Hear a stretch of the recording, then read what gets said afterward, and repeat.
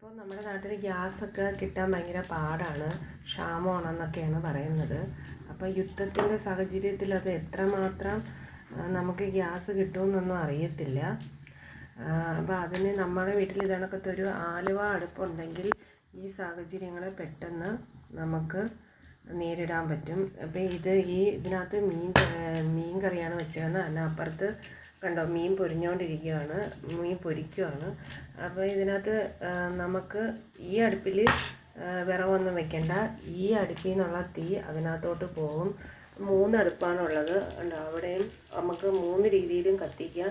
നടുക്ക് നമുക്ക് വെള്ളം വേണമെങ്കിൽ തിളപ്പിക്കാം. സ്റ്റീൽ അടുപ്പിൽ വെച്ചാലും സ്റ്റീൽ കലത്തിൽ വെച്ചാലും നമുക്ക് വെള്ളം തിളപ്പിക്കാൻ പറ്റും. നടുക്ക് ഇവിടെ ഒരെണ്ണം വെന്തുകൊണ്ടിരിക്കുകയാണെങ്കിൽ നമുക്കിവിടെ വേറെ വേവിക്കാനുള്ളത് എടുത്ത് വയ്ക്കും.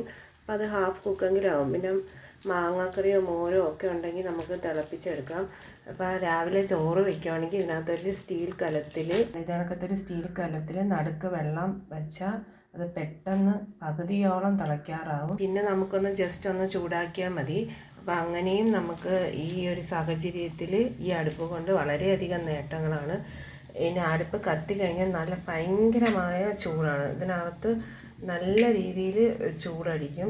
ഇതിനകത്ത് എന്താണെന്ന് അറിയത്തില്ല, കാസ്റ്റ് അയൺ ആയിരിക്കാം. എനിക്ക് ഇതിനകത്തുള്ള മെറ്റീരിയൽ എന്തുവാണെന്ന് അറിയത്തില്ല. പക്ഷേ ആലുവ അടുപ്പ് നല്ല ഗുണമാണ്. പെട്ടെന്ന് എല്ലാ കാര്യങ്ങളും നമുക്ക് ചെയ്തെടുക്കാം. വിറവും കുറച്ചേ അകത്തുള്ളൂ. ചൂടായി കഴിഞ്ഞാൽ നല്ല ചൂടാണ്. അത് ലേശം ഒന്ന് ഇപ്പോൾ ഉണക്കാലത്ത് തീ പറ്റാനൊന്നും പാടില്ല. ചിലപ്പോൾ മഴ സമയത്ത് ചിലപ്പം തീ പറ്റാനുള്ള സാഹചര്യം എന്നുവെച്ചാൽ ആദ്യം ഇച്ചിരി ഒരു താമസം വരും. ഇച്ചിരിയല്ല, പറ്റിയ നല്ല രീതിയിൽ നമുക്ക് മുന്നോട്ട് എടുക്കാം. ശകലം ഒന്ന് താമസം, ഒരു 5 മിനിറ്റോ 10 മിനിറ്റോ അത്രയേ ഉള്ളൂ.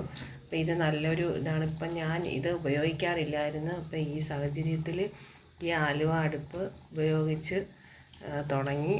അപ്പം വിറവിനും ക്ഷാമമാണ്. വിറവ് നമുക്ക് 10,000-3000 രൂപയാകും. അപ്പോൾ നമുക്കിതിനകത്ത് കുറച്ച് വിറവ് വെച്ചാൽ അധികം ചൂടായി കഴിഞ്ഞാൽ നിമിഷ നേരം കൊണ്ട് നമുക്കെല്ലാം ആയി കിട്ടും. അപ്പോൾ എൻ്റെ ഒരു അറിവാണ് നിങ്ങൾ പങ്കുവെക്കുന്നത്. ഇത് എത്ര പേർക്ക് ഇഷ്ടപ്പെടുമെന്ന് അറിയത്തില്ല, എന്നാലും എൻ്റെ ഒരു അറിവ് ഞാൻ പങ്കുവെച്ചെന്നേ ഉള്ളൂ. എന്തെങ്കിലും തെറ്റുണ്ടെങ്കിൽ എൻ്റെ കൂട്ടുകാർ ക്ഷമിക്കണം. ഓക്കെ, നമുക്ക് യുദ്ധമെല്ലാം അവസാനിക്കാൻ ദൈവത്തിനോട് പ്രാർത്ഥിക്കാം. നമ്മുടെ സഹോദരങ്ങളും നമ്മൾ അവിടുത്തെ ചോറുകൊണ്ടാണ് ജീവിക്കുന്നത്. അപ്പോൾ എല്ലാവർക്കും നമുക്ക് പ്രാർത്ഥിച്ച് സമാധാനപരമായിട്ട് മുന്നോട്ട് പോകാൻ പ്രാർത്ഥിക്കാം. ഓക്കെ, ഇത് കണ്ട ചടപടാന്ന് തിളയ്ക്കും.